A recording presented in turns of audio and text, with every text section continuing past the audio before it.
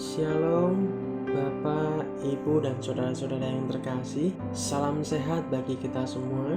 Dalam perjumpaan kita pagi hari ini, kita boleh patut bersyukur kepada Sang Pencipta alam semesta, sehingga kita boleh bersama-sama merenungkan sabda kebenaran firman Tuhan.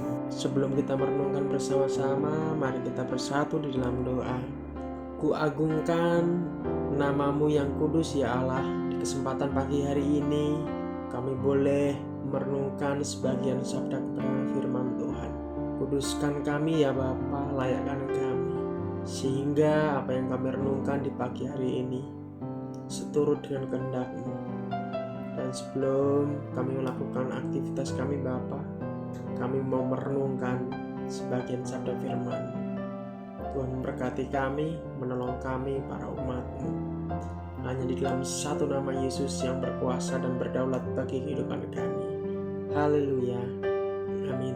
Bapak, Ibu, dan saudara-saudara yang terkasih, tema renungan kita di pagi hari ini bertema pelajaran dari kehidupan Yehezkiel.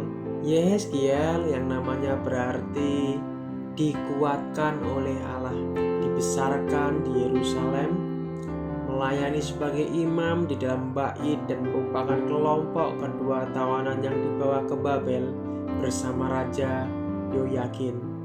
Ketika ia berada di Babel, ia menjadi nabi Allah. Ia adalah penulis kitab Perjanjian Lama yang berjudulkan namanya. Pelayanan Yehezkiel dimulai dengan kecaman dan penghakiman terhadap bangsa Yehuda. Setelah kehancuran Yerusalem, nubuat Yehezkiel mengarah pada harapan di masa depan.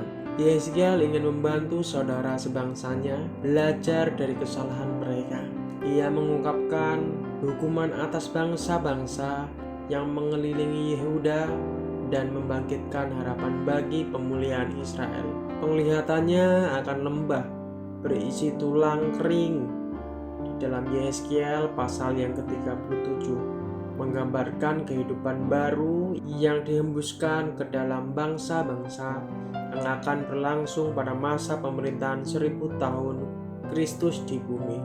Penglihatan perdana Yehezkiel berkaitan dengan takhta Allah dan melibatkan 4 makhluk hidup dan roda-roda yang berputar. Yehezkiel juga mendapat penglihatan tentang sebuah bait yang baru dalam Yehezkiel pasal yang ke-40 ayat 43. Yerusalem yang dipulihkan di dalam Yehezkiel 48 ayat 30-35, kerajaan 1000 tahun di pasal 44, dan tanah yang akan didiami umat Allah di dalam Yehezkiel 47 ayat 13-23. Israel dan Yehuda sekali lagi akan dikumpulkan dari berbagai penjuru dunia ketika kemuliaan Allah kembali dan berdiam di antara umatnya. Penglihatan indah Yehezkiel ini mencakup rencana langsung maupun rencana jangka panjang Allah. Yehezkiel menyampaikan pesan Allah dengan bahasa sederhana yang dapat dipahami semua orang, baik didengarkan atau tidak. Di dalam Yehezkiel 2 ayat yang ke-7, Yehezkiel sendiri dihimbau Allah bahwa jika ia tidak menyampaikan himbauan Allah secara setia, maka pertanggungjawaban mereka yang mati dalam dosa akan dituntut pada diri Yehezkiel sendiri.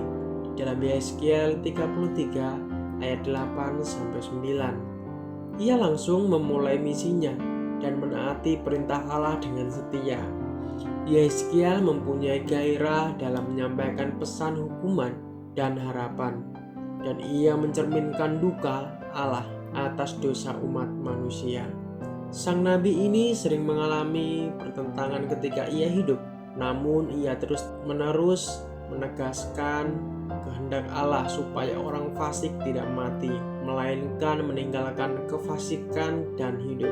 Masa kebisuannya pada permulaan pelayanannya terputus ketika Allah memampukan dia berbicara dengan membuka mulutnya untuk mengucapkan pidato yang terpanjang di sepanjang Alkitab tentang harapan. Pembakaran, pemotongan, dan penyebaran rambutnya mewakili kejatuhan Yerusalem dan pengembalian sisa-sisa umat Allah di pasal yang kelima.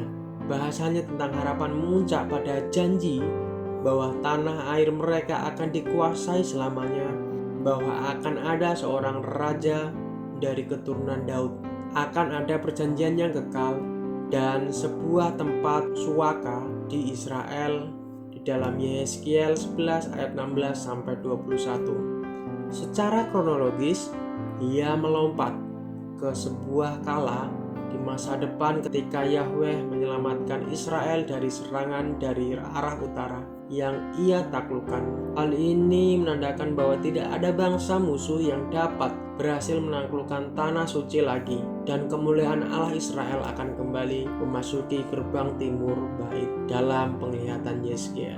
Yehezkiel mengajar semua orang Kristen bahwa kita harus taat terhadap panggilan Allah dalam kehidupan pribadi kita. Allah menyuruh Yehezkiel meratap dengan sedih dan hati yang hancur terhadap hukuman yang akan datang. Dan melalui kitab yang dramatis ini, Yehezkiel juga menyampaikan pelajaran yang sama. Hari penghakiman sedang datang. Hari itu pasti terjadi sesuai firman Tuhan yang berdaulat. Kita juga harus menghimbau sesama kita dan membagikan kabar baik tentang keselamatan dalam Yesus Kristus.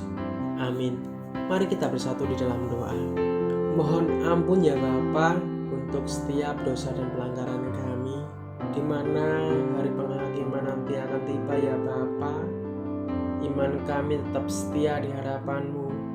Kami mau selalu mengandalkan Engkau di dalam kehidupan kami, dan kami mau ya Bapa menjadi saksi-Mu dimanapun kami berada, baik di dalam keluarga, pekerjaan, bahkan dimanapun kami berada ya Bapa. Terima kasih untuk kasih setia-Mu ya Bapa yang tak pernah berubah dari sekarang dan selama-lamanya. Terima kasih Bapa, hanya di dalam nama Yesus. Haleluya. Amin. Shalom, selamat pagi, selamat beraktivitas. Tuhan Yesus memberkati kita semua.